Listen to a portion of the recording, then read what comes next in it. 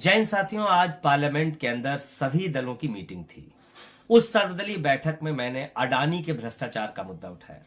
अडानी का भ्रष्टाचार जो पिछले 3-4 दिनों से काफी चर्चा में है। और यह भ्रष्टाचार क्या है? अडानी जो नरेंद्र मोदी जी के करीबी मित्र माने जाते हैं, जिनको मोदी सरकार ने पोर्ट दे दिया, एयरपोर्ट दे दिया, माइनिंग दे दी, जिसको मोदी सरकार ने सीमेंट की फैक्ट्रियां दे दी, जिसको मोदी सरकार ने बिजली के ठेके दे दिए, पानी के ठेके दे दिए, यानी कि सब कुछ उसके नाम पर नीलाम करते जा रहे हैं। उस अडानी ने एक ऐसा फाइनेंशियल फ्रॉड किया, एक ऐसा वित्तीय भ्रष्टाचार किया है जिसको आप सुनेंगे तो हैरान हो जाएंगे। आपको मालूम है, अचानक अडानी दुनिया के दूसरे नंबर के अमीर बन गए। उस वक्त भी मैंने कहा था कि ये दुनिया के 2 नंबरी अमीर बने हैं, और आज वो 2 नंबरी वाली बात सही साबित हो रही है। अब उनका जो अमीरों की सूची में उनका नंबर है वो लगातार गिर रहा है। वो 8वें नंबर पे पहुंच चुके हैं, क्योंकि झूठ का पहाड़ उन्होंने खड़ा किया था, क्योंकि भ्रष्टाचार की बुनियाद पर वो अमीर बने थे। और जब उस भ्रष्टाचार का खुलासा हुआ तो उनका वो पहाड़ ताश के पत्ते की तरह बिखर गया। और ये भ्रष्टाचार क्या है? अडानी ने टैक्स हेवन कंट्रीज, यानी कि ऐसे देश जहां पर कर की छूट होती है, आप पैसे रख सकते हैं, आप कंपनियां बना सकते हैं, आप पैसे कहां से ला रहे हैं इसका सोर्स बताने की आपको जरूरत नहीं पड़ती है।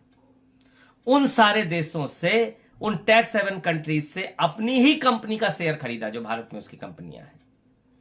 और ये शेयर क्यों खरीदा? क्योंकि अपनी कंपनियों के शेयर के दाम उसको बढ़ाने थे। यानी कि कंपनी मुनाफे में हो और लोग उसके शेयर खरीद रहे हो और शेयर का दाम बढ़ रहा हो, यह बात नहीं थी। अपने शेयर का दाम फर्जी तरीके से बनाने के लिए फर्जी कंपनियां विदेशों में खोली गई, और मॉरिशस जैसे देश से, एंटीगुआ जैसे देश से, वहां से कंपनियां बनाकर अपने ही शेयर खरीद के शेयर के दाम बढ़ाए गए। अब आप पूछेंगे, अपनी ही कंपनी का शेयर का दाम बढ़ा के उसको क्या हासिल हुआ? जब अपनी कंपनी के शेयर के दाम उसने बढ़ाए तो कंपनी की शेयर की वैल्यू बढ़ गई, और उस शेयर की वैल्यू बढ़ने के आधार पर, शेयर की वैल्यू फर्जी तरीके से ओवर वैल्यू करने के आधार पर, शेयर के नाम पर लाखों करोड़ रुपए का कर्जा बैंकों से उसने उठा लिया। अडानी के ऊपर करीब करीब 2.5 लाख करोड़ रुपए का कर्जा है। और एक पहले भी रिपोर्ट आ चुकी है कि 74,000 करोड़ रुपए भारत सरकार, यानी कि नरेंद्र मोदी जी की सरकार, उसके माफ कर चुकी है। अपनी कंपनी के शेयर के दाम बढ़ाकर, फर्जी तरीके से दाम बढ़ाकर, LIC से, SBI से, जहां पर जनता की गाढ़ी कमाई का पैसा जमा होता है, वहां से लाखों करोड़ रुपए का कर्ज ले लिया।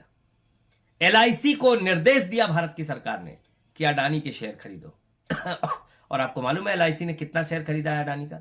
87,000 करोड़ रुपए का शेयर खरीदा है। इसी प्रकार से हजारों करोड़ का कर्ज SBI ने दिया है और तमाम बैंकों ने दिया है। तो आप कल्पना कीजिए कि कितना बड़ा भ्रष्टाचार है। LIC में लोग अपनी जिंदगी की गाढ़ी कमाई का पैसा लगाते हैं, SBI में लोग अपनी जिंदगी की गाढ़ी कमाई का पैसा जमा करते हैं। क्या नारा है LIC का? जिंदगी के साथ भी और जिंदगी के बाद भी। यानी कि ईश्वर ना करे कि आपके साथ कोई दुर्घटना हो जाए तो आपके परिवार का सहारा बनेगा LIC। आपकी बेटी का सहारा, आपके बेटे का सहारा, आपके बच्चों का सहारा, आपके परिवार का सहारा बनेगा LIC।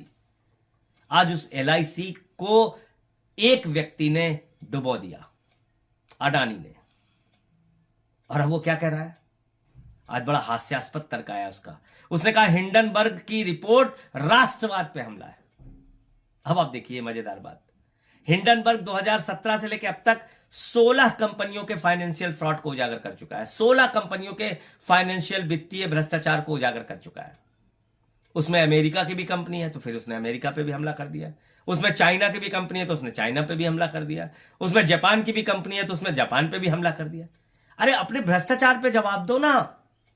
उसमें तो जवाब दे नहीं रही हो कि तुमने फर्जी कंपनियां क्यों बनाई और अपने ही शेयर क्यों खरीदे और शेयर के दाम ओवर वैल्यू करके बैंकों से लाखों करोड़ रुपए का लोन क्यों लिया?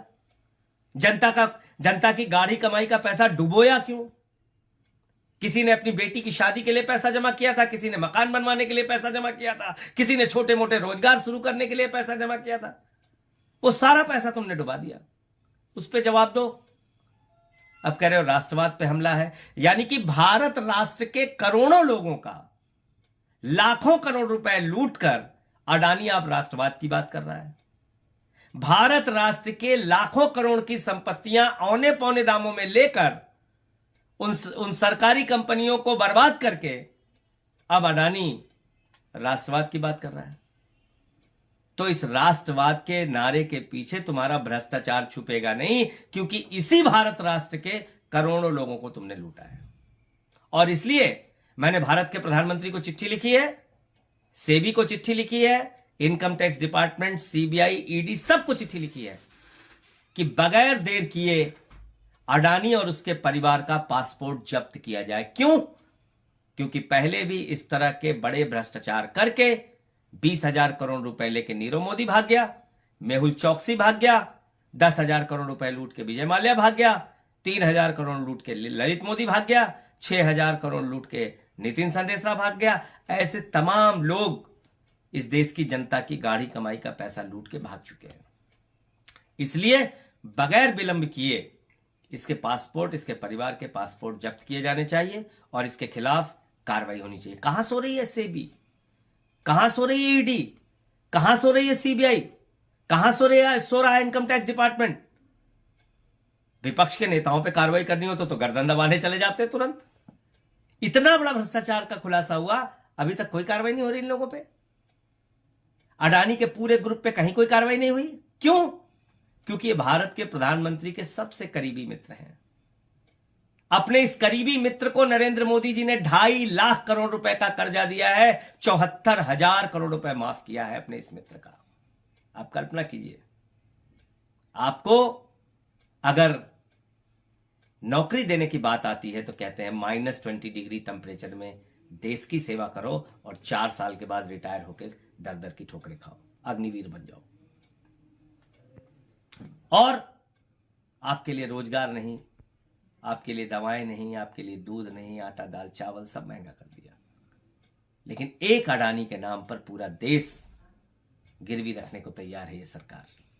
इसलिए आज मैंने सर्वदलीय बैठक में मांग की है कि इन मुद्दों के ऊपर सदन में चर्चा कराई जाए और अडानी का जो भ्रष्टाचार है उसके बारे में सरकार जवाब दे। मैंने चिट्ठी भी लिखी है कि इनके पासपोर्ट जब्त किए जाए और चर्चा की मांग इसलिए की है कि आज करोड़ों लोग भयभीत हैं, डरे हुए हैं, चिंता के बादल उनके सर पर मंडरा रहे हैं कि उनकी जिंदगी की गाढ़ी कमाई का पैसा LIC में, SBI में, तमाम बैंकों में